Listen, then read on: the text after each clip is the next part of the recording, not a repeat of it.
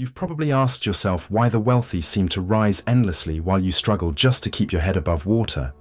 You grind, you sacrifice, you play by the rules, yet the chains of bills, debts, and obligations never loosen. It feels unjust, doesn't it? But injustice is the wrong word. As Machiavelli observed, men sooner forget the death of their father than the loss of their inheritance. Wealth pierces deeper than love, than loyalty, even than blood itself. And if you believe money plays by the rules of fairness or morality, you've already placed yourself in chains. This is the first brutal truth. Money does not reward effort, nor intelligence, nor goodness. It bends only to power. The poor remain poor, not because they lack labor, but because they lack leverage. They remain trapped because they cling to illusions that effort will be noticed, that fairness will eventually balance the scales, that appearances of morality will lead to reward. These illusions are the opium of the masses, and the rich smile quietly as the herd clings to them. Look at history. Were the Medici the most talented artisans of Florence? No. They were bankers who learned to make others dependent on their credit. Was Julius Caesar the most virtuous man in Rome? Hardly. But he mastered appearances, purchased loyalty, and bent the narrative of the Republic until he crowned himself dictator. The same illusions blind people today. Workers believe promotions reflect fairness. Students believe grades equal opportunity. Ordinary men believe saving pennies in a bank will someday grant them freedom. Meanwhile, the powerful engineer systems where every coin flows upward. Before you can ascend, you must strip these illusions away. Wealth is not a matter of luck or genius. If it were, the cemeteries would not be filled with starving philosophers and brilliant scientists. Nor is it simply hard work. If it were, coal miners and factory workers would rule the earth. Wealth is not even about raw talent. Talent without strategy is noise, valuable only to those who exploit it. So what is wealth? It is strategy. It is the ability to weaponize human weakness, to shape systems, to bend appearances. Machiavelli taught that men in general judge more by their eyes than their hands, for everyone can see, but few can touch. The powerful play to perception, not reality, and the powerless remain blind because they mistake appearances for substance. To see clearly, you must first embrace wealth as war and money as weapon. In the hands of the weak, it slips away, bleeding through impulse, vanity, and fear. In the hands of the strong, it multiplies and builds empires. And if you wish to stop being prey, you must begin acquiring weapons of your own. The first weapon is silence. The weak broadcast their desperation, their needs, their hunger. They chase with words. They plead. They explain. They justify. And in doing so, they reveal themselves. But silence is pressure. In the marketplace, in negotiation, in personal dealings, the man who holds his tongue gains power. Humans abhor silence. They scramble to fill it, often with concessions, secrets, or mistakes. This is why the wealthy sit calmly in rooms where others sweat and babble. They let the silence suffocate their opponents until advantage falls into their lap. Think of a high-stakes negotiation. The amateur blurts his minimum price, terrified of losing the deal. The predator waits, unflinching, until the other side speaks first. And in that moment, the battle is already won. Yet silence alone will not protect you if your emotions betray you. This brings us to the second weapon, unreadability. Most people wear their emotions like an open book, fear flashing in their eyes, greed leaking through their smiles, insecurity vibrating in their voice. Predators detect these signals instantly. Traders on Wall Street profit from the panic of the herd. Poker champions read a twitch and drain fortunes. Even emperors rose and fell because rivals could sense hesitation. To become unreadable is to become a ghost. A ghost cannot be predicted, and what cannot be predicted cannot be controlled. Imagine a man who, no matter the storm, reveals nothing. No panic in crises, no triumph in victory, no fear in loss. Such a man unsettles all around him. He is a cipher, and a cipher cannot be manipulated. This is why the Stoics trained themselves to remain unmoved. Why leaders like Marcus Aurelius wrote of mastering impulse. And this is why hedge fund managers make their fortunes in chaos. They feel the same fear as others, but they never show it. They project calm while quietly seizing opportunities. If you wish to stop being prey, you must kill your tells and become unreadable. The third weapon is patience, the predator's patience. Most people are impulsive. They chase trends, they gamble on hype, they burn themselves on urgency, and in their haste, they become food for those who wait. Machiavelli himself wrote that fortune is like a woman. It favors those who seize it boldly, but it punishes the reckless who rush without foresight. The powerful move with strategy, not impulse. Like a lion crouched in the grass, they waste no energy until the precise moment when the herd stumbles. History is full of predators who understood patience. The Medici waited decades, watching rival families devour each other, until the moment was right to dominate Florence. Warren Buffett built an empire not by chasing every opportunity, but by waiting for markets to collapse and then buying when others were too afraid to act. This patience is not laziness, it is discipline, the art of doing nothing until doing something guarantees victory. Silence, unreadability, patience. These three form the first shield. They prevent you from being manipulated, from bleeding away your power through chatter, emotion, and impulse. But make no mistake, a shield alone does not win wars. It only keeps you alive. To rise beyond survival, to turn yourself from prey into predator, you must learn how to transform others into your resource. Because true wealth does not come from protecting yourself. It comes from bending the labor, the loyalty, and even the illusions of others to flow into you. And that is where the architecture of leverage begins. Silence, unreadability, and patience form the foundation. They shield you from the predators who feed on noise, impulsiveness, and emotion. But shields only protect, they do not create. If you stop here, you will survive longer than the average man, but you will never rise above him. To become more than prey, you must learn to channel the energy of others into your own ascent. Wealth at its highest level is never built on your back alone. It is engineered through structures that turn the work, belief, and even the loyalty of others into your resource. This is the architecture of leverage. Leverage is the law that transforms workers into rulers. The landlord who grows wealthy without lifting a hammer is not richer because he works harder, but because he positions himself above the tenants who must pay him forever. The investor who multiplies his wealth does not sweat in the fields. He simply places capital where the labor of thousands flows into his account. Corporations are perhaps the clearest example. Millions of customers hand over their money day after day, enriching shareholders who may never step foot in a factory. The weak imagine that wealth is earned coin by coin through labor. The strong understand that wealth is designed by creating systems where other people's labor flows through them. Machiavelli warned rulers never to rely solely on their own arms. A prince who depends only on his own strength will eventually fall, but one who learns to fight with the arms of others becomes invincible. Wealth works the same way. If you are trading hours for money, you are exposed. Your time is finite, and when it ends, so does your income. But if you trade systems for money, if you position yourself so that others must pass through you to reach what they desire, your wealth compounds endlessly. The Medici understood this law centuries ago. They did not rely on their own work. They created a financial system where the entire city of Florence depended on their credit. In modern times, think of Jeff Bezos.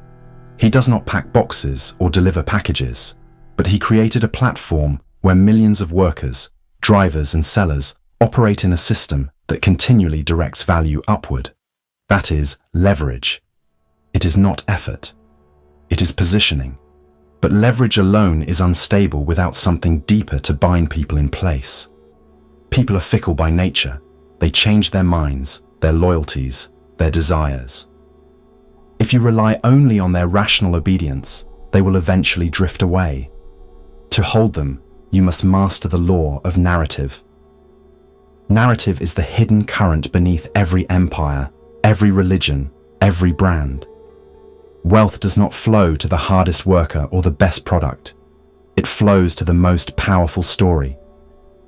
Machiavelli said, "Men in general judge more by their eyes than their hands. People believe what they see and hear, not what is true, and those who can shape that vision control the flow of money." Consider the Catholic Church during Machiavelli's time. Its wealth was not built on superior technology or efficiency. It was built on narrative, the story that salvation could be secured through offerings, through obedience, through indulgences. That narrative built cathedrals that still tower centuries later. Or consider Julius Caesar, who bought the loyalty of his legions not simply with coin, but with the story that they were part of Rome's destiny. His narrative carried him across the Rubicon and into eternal power. In the modern world, narratives rule markets as much as swords ruled kingdoms. Why does Apple command billions?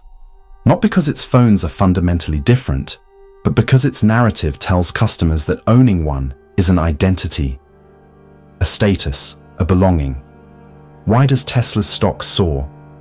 Because Elon Musk crafts a narrative of revolution, of a world-changing mission, and millions buy into that vision, regardless of quarterly numbers. Narrative bends logic, suspends doubt, and drives capital toward those who control it. The man who rejects narrative as manipulation condemns himself to weakness. He may cling to truth, but money does not flow to truth. It flows to belief. And the wealthy are those who understand that appearances are stronger than reality, that what people believe about value matters more than what value actually is. Now pause and notice the pattern. Silence starves your enemies. Unreadability makes you untouchable. Patience allows you to strike when others collapse. Leverage positions you above the herd, feeding on their labor. Narrative binds them to you, ensuring their loyalty and their money never stop flowing. Each of these steps is darker than the last, and each pulls you further from the illusions of fairness and closer to the cold laws of power. But narrative and leverage are still built on the herd. They rely on people's labor, their belief, their cooperation, and the herd is volatile. Their loyalty can shift, their belief can collapse, their labor can rebel. What happens when the masses turn, when your narrative loses force, when your leverage is threatened? This is where the wealthy draw upon even darker laws, laws that few dare to acknowledge. Substitution, illusion, exploitation, withholding. These are the weapons that ensure not just survival or control, but dominance even when the ground beneath you shakes. And it is with these laws that the game of wealth moves from visible systems into the shadows where power operates unseen. Leverage and narrative give you height above the herd, but the higher you climb, the more unstable the ground beneath you becomes. Loyalty can shift overnight. Belief can collapse in an instant. One scandal, one rumor, one shift in the winds of fashion, and the foundation of your empire can fracture. That is why the true predators, those who endure storms and outlive dynasties, draw upon darker weapons. They do not merely command from above, they manipulate from the shadows. These weapons are not for the faint of heart, but if mastered, they ensure that even when the herd turns chaotic, you remain untouchable. The first of these weapons is substitution. The weak substitute labor for wealth, believing that harder work means higher reward. They exchange sweat for coins, hours for wages, their lives for survival. The strong, however, substitute influence for labor, ideas for effort, perception for substance. Consider the difference between a ditch digger and a man who organizes 10 diggers. One bends his back all day for a fraction of pay. The other multiplies his wealth tenfold without lifting a shovel. Machiavelli observed that rulers should never rely on their own arms when others can fight for them. The same applies here. If you rely only on your own labor, you will never escape slavery. The wise learn to substitute, to make others' energy and time work for them. History is filled with such examples. The Venetian Republic, small in land and men, built a maritime empire not by rowing its own ships, but by commanding mercenaries and leveraging alliances. In modern times, think of franchising. One founder substitutes the labor of thousands of franchisees to expand globally. Or consider social media influencers. They substitute attention for currency, converting likes and views into sponsorships and products. The substitution game is endless, and those who fail to play it remain chained to the sweat of their own bodies. Yet substitution alone is not enough. To make substitution truly effective, you must master illusion. People do not pay for what something is, they pay for what they believe it to be. A diamond is only a rock until illusion makes it eternal love. A luxury bag is only stitched fabric until illusion makes it status. Paper money is worthless until illusion makes it the power of nations. Everyone sees what you appear to be, Machiavelli warned. Few experience what you really are. This is not cynicism, it is strategy. The masters of illusion thrive everywhere. Luxury brands sell not products, but identity. Politicians sell not policies, but hope. Entrepreneurs sell not features, but transformations. Illusion multiplies value where none exists. It is why a single speech can move markets, why a carefully staged photo can sway millions, why some men sell dreams of wealth without possessing wealth themselves and profit from it. To reject illusion because it feels dishonest is to misunderstand the world. The world rewards mastery of appearances, not stubborn honesty. The third weapon is exploitation. The very word makes most recoil, conjuring images of cruelty and injustice. But exploitation in its pure form means something simpler: the ability to see unused value, untapped weakness, or wasted energy, and to extract it before others do. The Rothschild family, for example, multiplied their fortune by exploiting panic after Waterloo, buying assets when fear drove others to sell at any price. Modern tech giants exploit the billions of hours wasted on distraction, capturing attention and converting it into profit streams. Exploitation is not inherently evil, it is realism. If you fail to exploit, someone else will exploit you. Think about fear. In every market crash, average people sell in panic and bleed money. The predator exploits fear by buying cheap, turning others' losses into his gains. Think about attention. While the herd scrolls endlessly through empty entertainment, predators exploit that distraction by placing ads, shaping narratives, and selling products.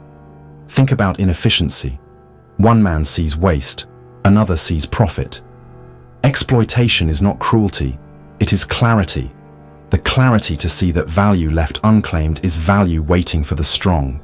But even exploitation can turn dangerous if you are too visible. Which is why the final dark weapon is withholding. The weak believe giving everything earns trust. They overshare. They reveal their needs, their emotions, their limits, and in doing so, they hand away their leverage. The strong reveal little. They master the art of partial disclosure, giving just enough to spark desire, interest, or dependence, but never enough to be predictable. The predator withholds information until it serves him. He speaks last, acts last, and in doing so controls the pace of every interaction. Look at negotiation. The average man blurts out his price, terrified of silence. The predator waits, lets the other side expose themselves, and then calmly sets the trap. Look at leadership. The weak leader tries to be transparent about everything, hoping to build trust. The powerful leader withholds, offering glimpses, maintaining mystique, ensuring followers never fully grasp him, but always chase him. Withholding creates mystery, mystery creates power, and power creates wealth. Notice how these four weapons interlock. Substitution frees you from slavery to your own labor. Illusion multiplies value from thin air. Exploitation converts waste into profit. Withholding guards your position and turns you into a riddle others cannot solve. Together, they shift you from the visible economy of labor into the shadow economy of power. You stop trading hours for money and begin shaping belief, extracting value and controlling perception. But even with all these weapons in hand, the transformation is incomplete. For strategy without identity is fragile. If you wield these laws while still clinging to the habits and weaknesses of the herd, they will eventually collapse in your hands. To cross over fully, you must undergo the final transformation. You must not only practice the laws, you must become them. This is where the predator's mind is forged, where the ordinary self is shed, and where you become unreadable, untouchable, unstoppable. And it is in this transformation that wealth ceases to be something you chase, and instead becomes something that chases you. Up to this point, you've seen the illusions stripped away and the weapons laid bare. Silence, unreadability, patience, leverage, narrative, substitution, illusion, exploitation, withholding, each one sharper than the last, each one pulling you further from the herd. But knowledge alone does not transform. Weapons unused are nothing but ornaments. To become untouchable, you must not only learn these laws, you must embody them. You must carry them in your words, your movements, your choices, until they are no longer strategies, but second nature. That is the final transformation, the birth of the predator's mind. It begins with conversations. Most people waste words, pouring out their thoughts to prove themselves, desperate to be heard, to be accepted. But words are currency, and like currency, they must be invested, not squandered. Practice silence. Sit across from someone and resist the urge to fill the air. Let them speak. Let them reveal. Every pause becomes pressure. Every slip becomes information. Over time, you'll notice that people hand you their secrets, their weaknesses, even their loyalty, simply to escape the discomfort of your restraint. Silence is not absence, it is dominance. Move into negotiation. Here, unreadability becomes your armor. Most amateurs try to win by talking more, by defending their position, by showing eagerness. But negotiation is not conversation. It is war disguised in politeness. The unreadable man cannot be cornered. He shows no desperation, no excitement, no fear. He waits, lets the other side bleed information, then strikes with precision. When the deal closes, the other side often gives more than they intended, realizing too late that they were played not by force, but by stillness. Shift into relationships. Influence is as much a currency as money, and most people spend it recklessly. They make themselves too available, too predictable, too transparent. The predator understands the law of withholding. He gives only glimpses, never the whole. He offers just enough presence to spark desire, then withdraws into distance. People crave what they cannot fully grasp. Mystique creates gravity, and gravity pulls value. The more you reveal, the less you are valued. The less you reveal, the more people chase. This is not manipulation. It is design. Now look at business. Most entrepreneurs fail because they try to sell reality. They market features, numbers, effort, but the predator sells illusions. He sells status, identity, transformation. Apple does not sell technology. It sells belonging. Luxury brands do not sell clothes. They sell superiority. Tesla does not sell cars. It sells a vision of the future. This is the law of illusion and narrative combined. And it is why the richest men in history are rarely the most honest, but almost always the best storytellers. Conflict reveals another layer of the predator's patience. The weak fight every battle, waste energy on arguments, bleed power in endless skirmishes. The strong conserve themselves. They let enemies burn their strength, reveal their strategies, exhaust their resources. Then, At the precise moment of weakness, they strike mercilessly. This is why empires expand in recessions, why fortunes are made when fear grips the herd. It is not the frantic who inherit the spoils, but the patient hunter who chooses the right war. And gradually, without even noticing, you begin to change. While others chase comfort, you embrace discipline. While others panic, you wait. While others reveal themselves, you remain unreadable. While others work endlessly, you build leverage. While others cling to truth and remain broke, you weave illusions and get paid. Piece by piece, you separate from the herd until one day you realize you are no longer one of them. You have crossed into something higher. Machiavelli wrote that a prince must learn how not to be good and to use that knowledge as necessity requires. This is not a call to cruelty, but to realism. The herd clings to ideals of fairness, morality, and comfort, and for that, they remain prey. The predator sacrifices comfort when discipline is needed, bends morality when survival requires it, and uses appearances when they are more powerful than truth. That is why he rises while others sink. The Stoics called this detachment, the freedom from being ruled by impulse. Machiavelli called it necessity, the wisdom of choosing what preserves power over what preserves appearances. Call it what you will, it is the same principle, to rule yourself before you rule others, to control your mind before you control money, to detach from weakness before you bend the world to your will. At this stage, money no longer feels earned. It bends toward you. You no longer chase opportunities. Opportunities chase you. You no longer beg for approval. People seek yours. You move like a phantom, silent, strategic, unreadable. And the herd, still babbling about fairness, comfort, and hard work, does not even realize you've disappeared from their ranks until one day they look up and see that you are beyond reach. You've transcended. But here lies the final choice. You can treat this as just another video. Let the words wash over you, nod in agreement, and then return to your old patterns, predictable, emotional, and broke. Or you can take this as your initiation. You can begin sharpening these laws daily, carrying them like hidden blades into your conversations, your negotiations, your relationships, your ventures. You can stop reacting and start calculating.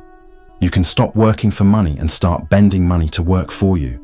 If you are ready to walk further into this philosophy, to master power, to become untouchable, then take the next step.